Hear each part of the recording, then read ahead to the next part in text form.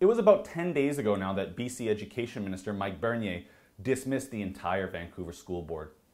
You can click down here to watch that report, and while most of the justification given by the province surrounded the failure of the board to achieve a balanced budget as mandated by law, there have also been allegations that board members were involved in creating a toxic workplace environment at the offices of the school board.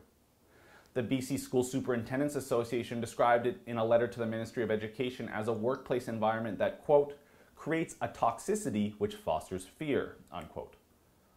WorkSafe BC also launched an investigation into claims that it was the elected school board members who were alleged to have bullied senior management staff to the extent that some had to take medical leave. With so many allegations and claims of bullying, I wanted to find out more.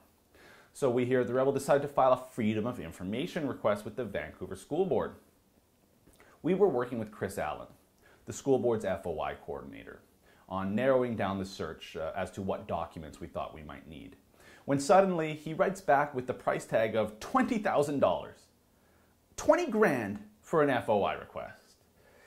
Is he serious? And what are they hiding? I mean, how much harassment is going on at the Vancouver School Board if they have so many documents that they need $20,000?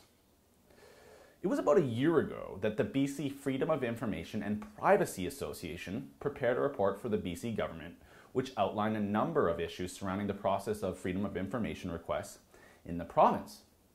One part in particular reads, quote, fees have also been used to delay or block release under the Act or to discourage requesters, unquote. Well, that's exactly what this is. And the $20,000 price tag is far beyond anything we've seen here at The Rebel before. Remember when our Sheila Gunn Reid discovered that Rachel Notley and the Alberta government had cancelled water bomber contracts before the Fort Mac wildfire? Well, they demanded $4,000 for those files. And a colleague tells me that a number of years ago in Ontario, their government wanted $8,000 after he requested copies of the expenses by then Premier Dalton McGuinty. But $20,000, what can they possibly be hiding that they would come up with such an outrageous, over-the-top price that they are sure nobody will pay? Look, there's no way we can pay $20,000 to the Vancouver School Board for our FOI request. And I'm not going to ask you to chip anything in this time either.